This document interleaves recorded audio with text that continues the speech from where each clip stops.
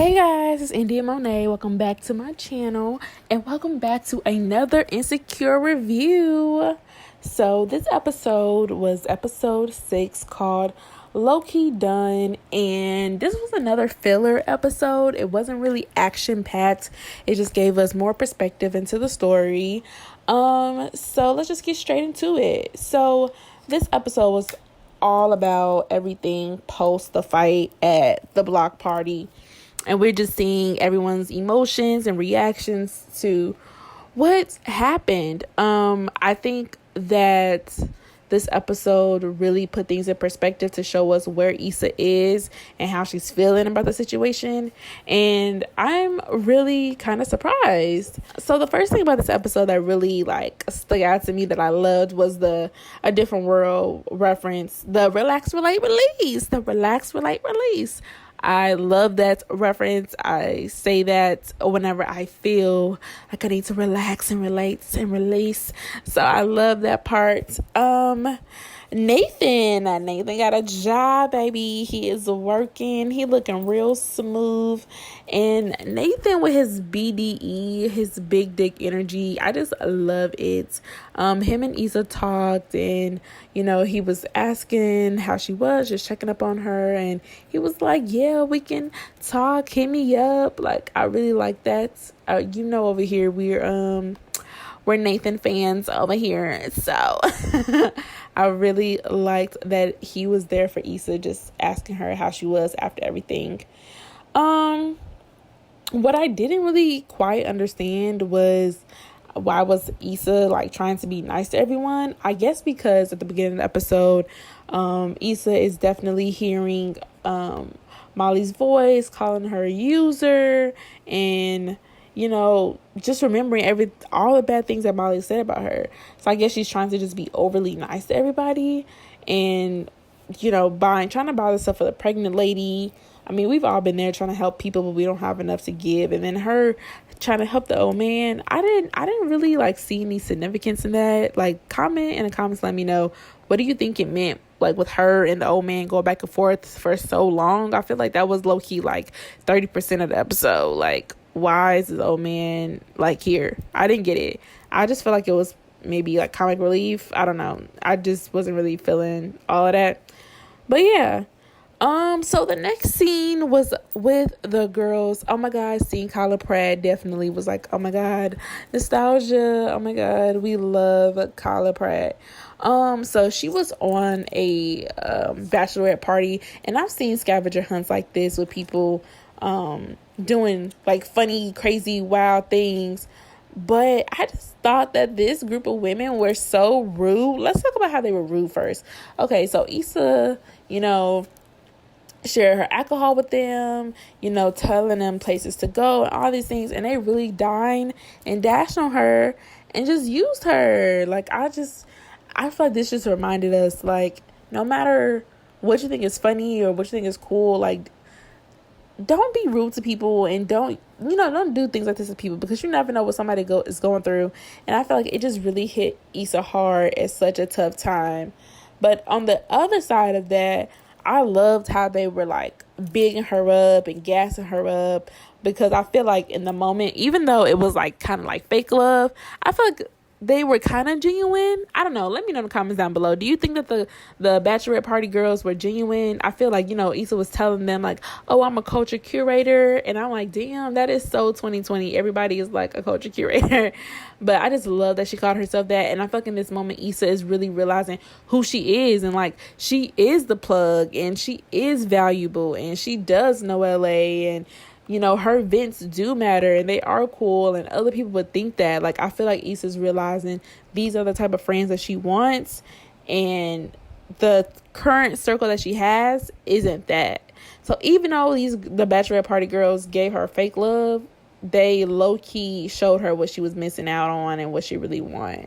What did y'all think about that? Because I just hate how they did her like that, and I really wish Issa would have pulled up on them like she did in her deja vu moment, her little recap moment. I really wish she would have pulled up on them, because that was straight out of line. That was so cold-hearted. I was just appalled. And I love that we got to see her, Issa, interact with her mama, because I really thought when she was calling the phone, I really thought it was Nathan or Daniel or Lawrence. Like, who did y'all think she was calling? I really thought that it was her. It wasn't, I really thought it wasn't her mama. Like, I really didn't.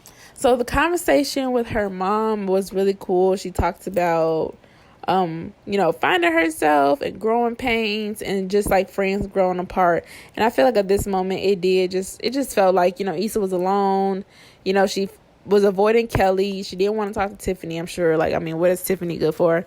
And of course, Molly, her best friend, losing Molly is definitely hard. So she like, let me just go back to my mama. And her mama just talked about, just friends and growing up. And even though Issa is 30, I mean, your friends change throughout your whole entire life. And really, friends are here for a reason, for a season. You got some friends that you may meet at an older age and they really like your ride or dies. And then some people who you've been rocking with since you was 5 years old really may not be the best friends. And I feel like maybe Issa's really is realizing, like, even though I've had the circle for a while and we don't even know when they start being friends, I think college, that these might not be my core friends. Like, there's nothing wrong with still being friends with people, but just from a distance. So I feel like Issa may be, thinking about how does she fit as she's growing in this friend circle. Because these Tiffany and Kelly and Molly aren't super supportive of Issa's dreams. They're not there for her like that. So I feel like she's really like recapping and, really reviewing her circle and what does that mean going forward. And I feel like the best advice I ever got was literally from my best friend Brooke. She told me elevation requires separation. And where Issa is going, and she's elevating her life and her career slowly but surely, these girls may not be going with her, that is perfectly fine. You don't gotta cut them off, you ain't gotta do them dirty, you ain't gotta talk shit about them, but you may have to move on and just find a new circle. And she just has to know that everybody can't go with you in your next step in your journey. And I feel like that's what her mama was trying to say, which was Boss Lady from the Steve Harvey Show. I love her. She's so beautiful. She's so funny. So I feel like, yeah, that's what that moment was about. And if y'all haven't seen it, I went through the same thing. And some of y'all are probably new to my channel. I have a video on my channel and it's called I Lost My Friends in a Day, I think. But I talked about how I literally lost a whole group of friends in one day. And it was very similar to Issa. Issa really is just dealing with one friend, but I felt Issa in this episode. I really felt her. When you feel alone and you feel like you don't have support, you don't have the friends who you thought were your friends, it's really hard. But I love that Issa's finding herself and she's really, sticking to that, like sticking to the journey and really putting herself first. So when Kelly calls her and she's like, you've been avoiding me. I mean, it was funny. She was like, you've been avoiding me like you my biological daddy. That was funny. We can always depend on Kelly to give us a little giggle here and there. But I really like that Issa was like, girl, are you giving Molly the same energy? Like, cause period. Are you? And why does Issa need to apologize when Issa wasn't the one trying to fight me at my events? Okay. Even though they both could be wrong in a sense, even though, let me make this clear, I'm on Issa's side, baby girl. But there's no reason why Issa should be reaching out first at all.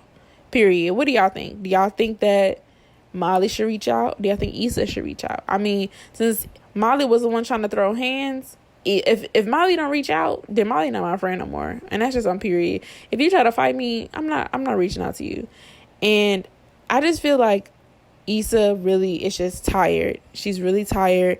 And she's like, I'm tired of being the one that always reach out and trying to mend the friendship. I'm always the one doing this and doing that to make things better. When Molly needs to take accountability for her actions.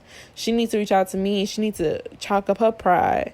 And if she don't, then we not cool no more. And that's just that on that. That's just that on that.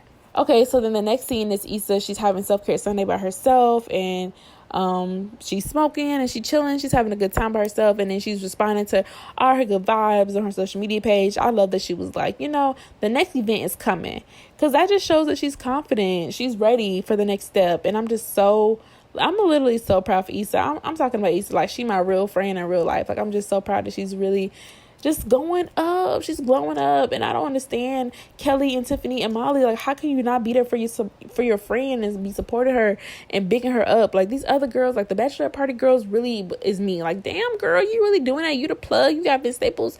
Like, I'm just like, why are they not there for her like that? I guess because like Issa has always been like the slacker of the group, but now that she's turning her life around, y'all not there for her like she needs y'all, and it's really upsetting me and my homegirl that y'all not supporting Issa. And that's period. So I think when Issa goes to the restaurant and she sees Molly in there, and Molly's in there chilling on her phone, scrolling, looking like she just so unbothered. And when Mira Issa doesn't tell her what to do, I feel like that really symbolized to me that she was done being a bigger person. She was tired of trying, and she left on her own. I was like, dang, Mira Issa didn't even pop up. I was really waiting. I was like, dang, what she finna say? She finna tell her to go in there? Because, I mean, I would have went in there, and I would act like I didn't see her ass, and I would have got my food and dips. Because I'm quick to act like I don't know somebody. I'm really quick to be like, I don't even see you, baby. Tunnel vision. But, I mean, I was really proud of Issa for, like, just standing her ground and sticking for what she believed in. She said she wasn't going to reach out, and she meant that shit. So, if that was her way, if Issa felt like her turning around was going to better the situation and give her that peace of mind and she knew how to turn around, then, hey, so be it, baby. Turn around. I mean, me, I would have got my food and I would have left. But, hey, you win some, you lose some. So what did y'all think about this episode? Like I said, I felt like it was a filler episode. It didn't have that much action, but it definitely gave us some perspective. Do you think that Issa is done with Molly for good? What do you think? I think that when Mira Issa didn't come out and tell her what to do, I feel like real Issa was like, look, this is it. I'm tired. And I think that eventually for the show, they're going to have to make up, of course. But I feel like she's done with Molly for a long time. And I'm not surprised. And I'm not hating her for it. Because if it was me, I wouldn't reach out either. And if it was me, I wouldn't be trying to kiss Molly's ass either. So yeah, leave down in the comments down below. What do you think? Do you think that Issa is done with Molly for good? What do you think is going to happen next? Like we said, we got to predict what's going to happen. And I just want to thank y'all for all the support, for commenting on the videos. I love interacting with everybody who comment. I literally respond to everybody who made a comment. So yeah, let's keep chatting about the show. I love getting everybody's different perspectives, because I'll be like, wow, y'all really be explaining yourselves, and I don't be thinking about things like how y'all think. So it's really interesting to talk. So yeah, subscribe to my channel. Give this video a thumbs up if you liked it. Comment your thoughts below, and I'll see you guys next week for another review. Bye. Posse out.